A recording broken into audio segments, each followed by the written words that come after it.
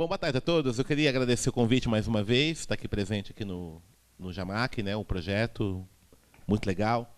E eu tô um pouquinho de gripe, vou tossir um pouco no meio da minha fala, tá? Peço desculpas aí. Não é cerveja, né? É o mudança de tempo. Antes fosse, né? Muita cerveja. Né? Ontem eu fiquei sem beber cerveja, tomei umas cachaças só. Esquenta um pouquinho a garganta. Bom, o tema assim, é mídia, cultura e violência. Eu vou aproveitar para fazer um comercial, né? Que é esse livro que a gente produziu. Eu e o meu colega Silas Nogueira, tá? Nós somos do CELAC, né? Assim como o João também, né? E esse livro aqui foi uma coletânea que nós fizemos no ano passado, pegando vários artigos, né, de pesquisadores, né? Tem um artigo meu também, um artigo do Silas, pessoas ligadas a movimentos sociais de São Paulo e também de Franca, né? Alguns professores da Unesp de Franca. E por que a gente fez esse livro, né? E tem discutido isso? Primeiramente, essa questão da violência, muitas vezes a gente associa a violência apenas àqueles atos da criminalidade, né? Da violência física, esses atos mais explícitos que a gente vê na televisão, que a gente vivencia no dia a dia, particularmente quando a gente mora na periferia, né? Então, a gente, violência é isso, né? Criminalidade, morte, homicídios, etc. Só que o que a gente quer trazer para cá, né, como, né, contribuição para pensar um pouquinho juntos aqui, é que a violência, na verdade, é produto de uma forma de ver a realidade. Né? Então, não é que a violência é produto de uma maldade, tá? Ou de uma deformação moral. Tá? Até pode ter, eventualmente, isso, mas a questão da violência, ela acontece em função de uma sociedade que nós temos que acaba impondo um comportamento que leva à violência. Né? E essa imposição, ela se dá a partir de processos culturais, de mecanismos culturais, que no nosso caso a gente enfatiza aqui os meios de comunicação, a mídia. Eu quero chamar a atenção nessa discussão de mídia, né, porque tem um dado que é bastante complicado, e é importante a gente ter atento a isso, que é um dado do Instituto Alana, que é uma organização não governamental que trata das relações mídia e criança. Essa organização, ela chegou à conclusão que a criança hoje, criança e adolescente, passa em média 5 horas e meia por dia na frente da televisão. Tá, em média. Tá, umas mais, outras menos. Mas a média é 5 horas e meia. Se nós pensarmos que a escola ela tem um turno de 3, 4 horas por dia, né, quando tem aula, né, porque a escola pública, né, essa é a situação, e os pais trabalham hoje, quando muito, tem 1, 2 horas, 3 horas no máximo, né, de contato com os filhos, chega à noite em casa, pai e mãe e tal. Quem está educando nossas crianças, né, é a televisão. Tá? Não é a escola, né, nem são os pais, nem a família. A televisão tem sido a grande educadora, tá, das crianças. Né? E aí é preciso estar atento para ver que tipo de mensagem essa TV está demonstrando.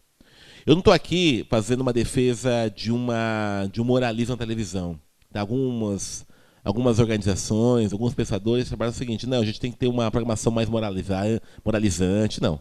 Televisão, né, mídia é isso. Eu acho que a criança tem que ter contato com a realidade que ela vive. Tá? Não adianta a gente colocar a criança numa redoma de vidro, depois ela vai enfrentar uma realidade que é complicada. Né? Então, não tem como esconder a violência da criança. O problema é quando a gente tem a violência como única forma de comportamento possível. É isso que a mídia e essa cultura da violência tem passado. Bom, o que vem a ser violência? Né? No artigo que eu apresentei, aqui nessa coletânea, eu faço, né, uma discussão sobre a origem da palavra violência. Violência vem do latim violentia, né, que vem de vis, que é a aplicação da força, do vigor, para a destruição do outro. Violência é diferente de força. A força, ela tem um papel, ela tem uma função de alterar o estado de outra coisa. Então, usar a força, né, para você alterar o estado. A violência é a destruição. Destruição. E ela acontece justamente quando nós temos um comportamento de intolerância com o outro. O que acontece? Né? Por que gera essa intolerância? Porque a violência aparece como única forma possível de relação com o outro. Nós vivemos uma sociedade, né, em que a ideologia da competição, tá, a ideia da competição, ela cada vez mais se impõe como única.